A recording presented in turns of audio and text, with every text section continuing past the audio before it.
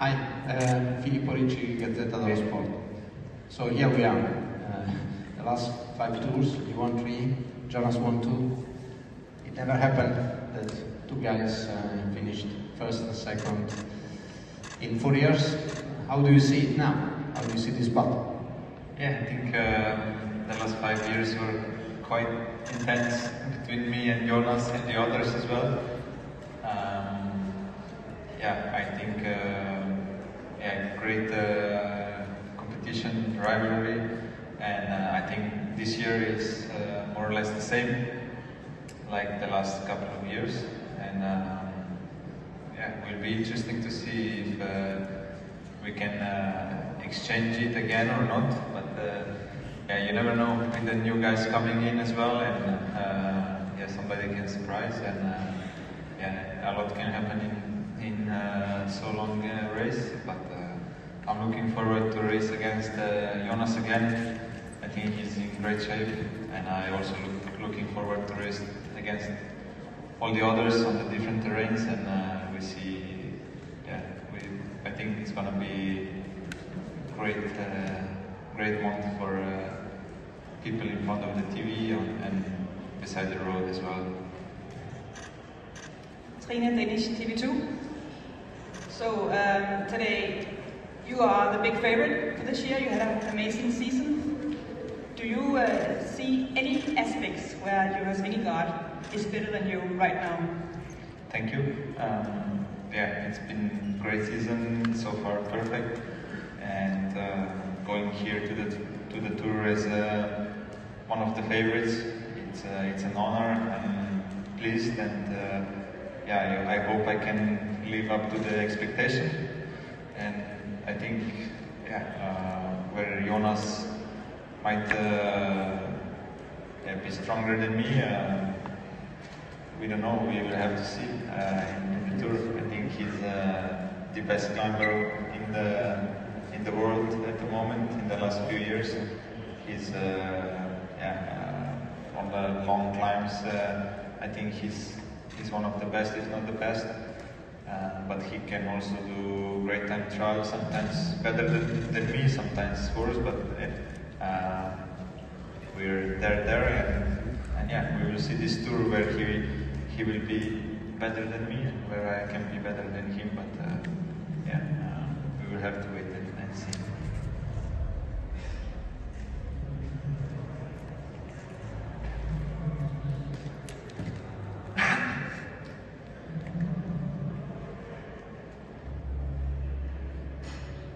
Tadej, when do you think of those first 10 stages, and do you see it as an opportunity to gain time on the others?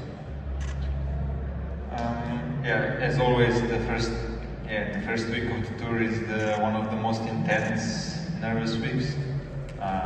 You can quite easily lose the Tour de France in the first 10 days until the first race day.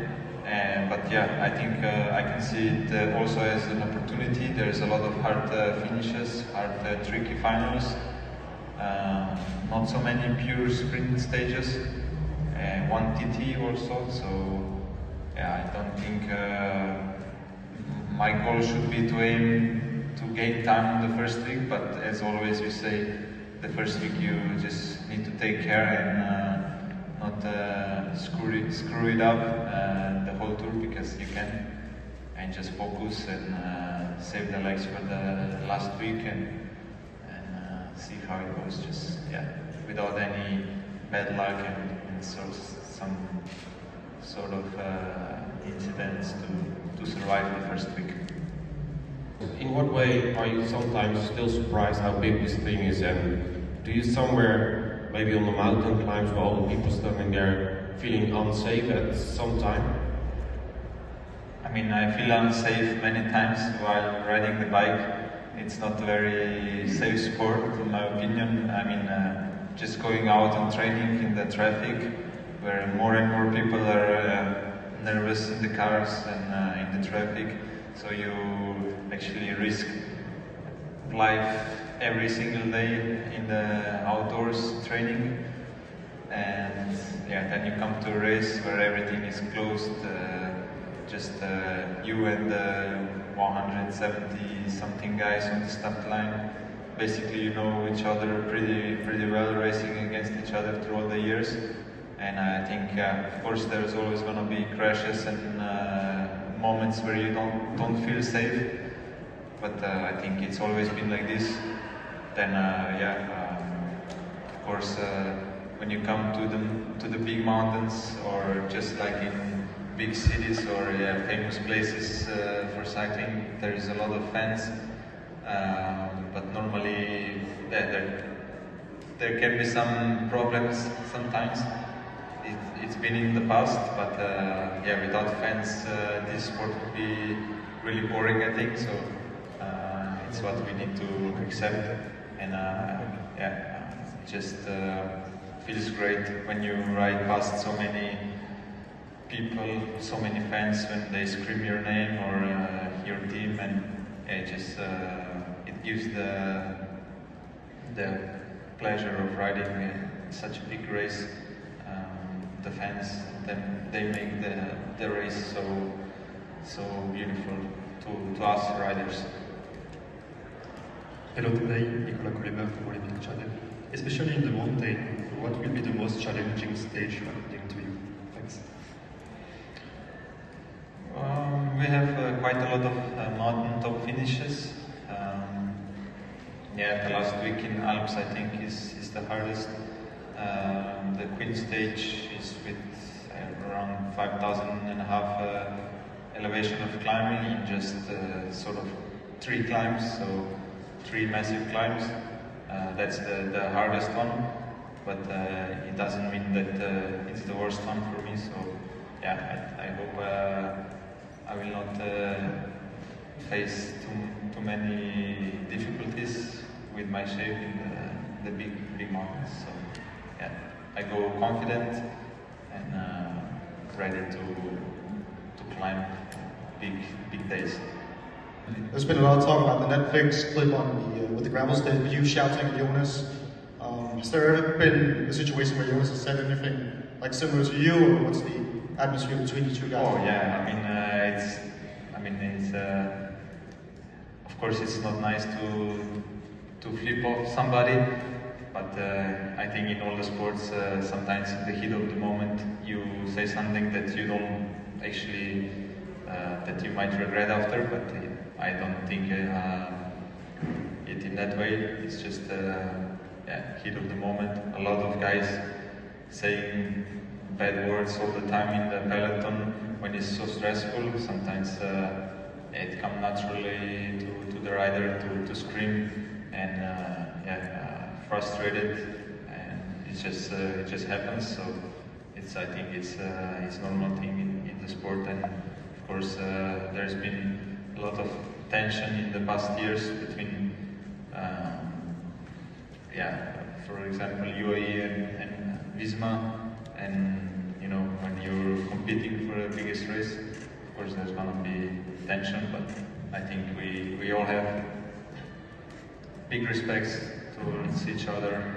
Even when you finish the stage, congratulate each other nonetheless what happened in the stage, and I think that's the beauty of the sport. You left it all on the field, you're a competitor there, you don't cross the line of course, but and then after the race or competition you show respect to each other. Normally that's the case. You often say that it's a pleasure for you, it's to play cycling. Can we expect that you will chase the 6 stages or more this year? Will it be a funny game after all? Is it something somewhere in your mind? No, not really, sorry.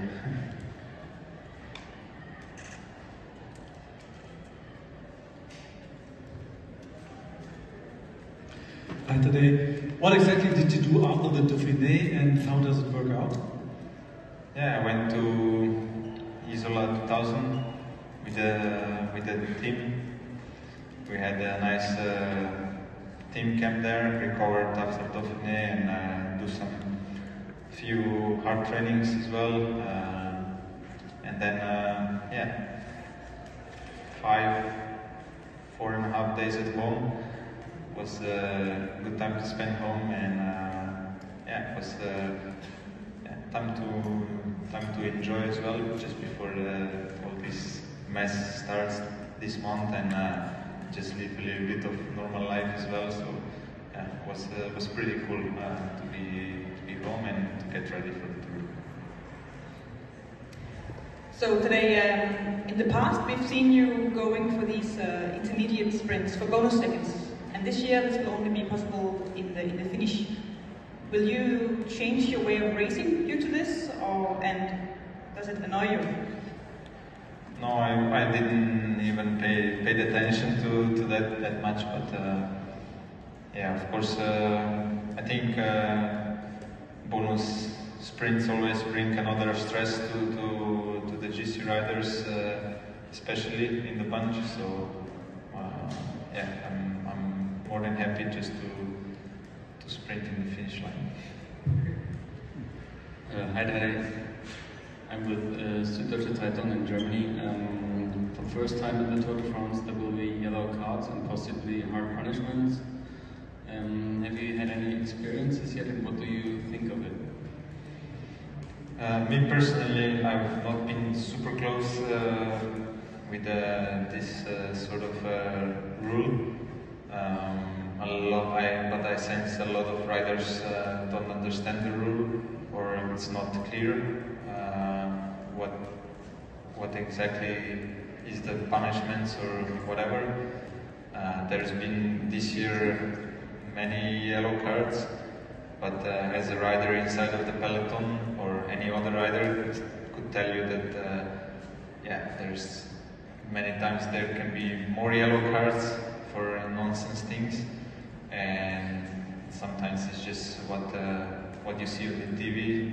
Then yeah, they have to punish the rider if something bad happens on the TV, on the broadcast. So yeah, I think it's a little bit inconsistent rule, but maybe it's not that bad at all.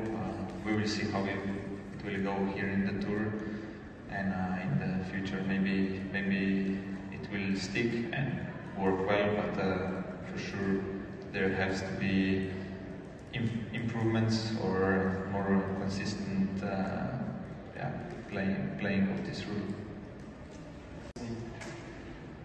You obviously didn't ride the Olympics last year. What do you think? That's okay. What do you think?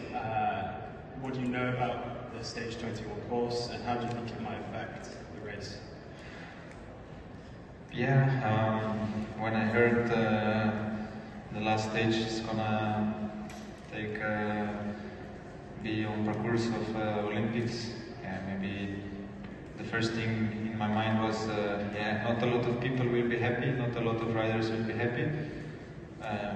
Me personally, I don't see too much difference, just a little bit more stress again.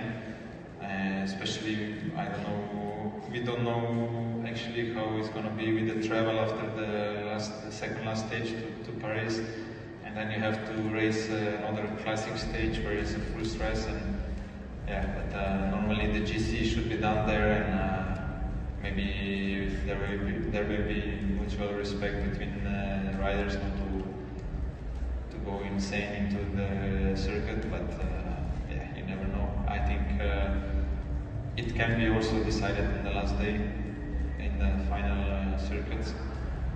For sure, it's not the easiest parcours, not the widest roads, and not the.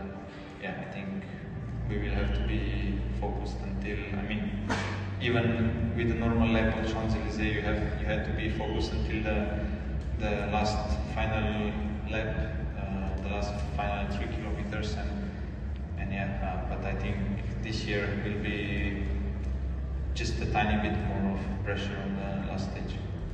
One last question in English, and we will switch to Slovenian. Hi Tadej, Jake Whitehead from The Athletic. You're a pretty laid-back guy, and I wanted to ask about the challenge over the next 3 weeks of basically being under a microscope for the whole thing, whether it's racing or speaking to the media or sponsors. Do you find that difficult over the next 3 weeks? Yeah, it is difficult. It was more difficult in the past.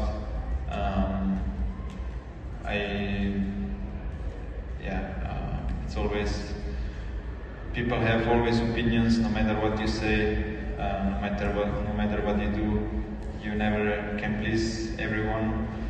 And since I stopped following a lot of medias and stopped being too much on social media and not paying too much attention to that, my life's been better. So of course you always need to think before what you say, but I'm ready also for that, for the next 3 weeks to talk to you guys and try to be patient and just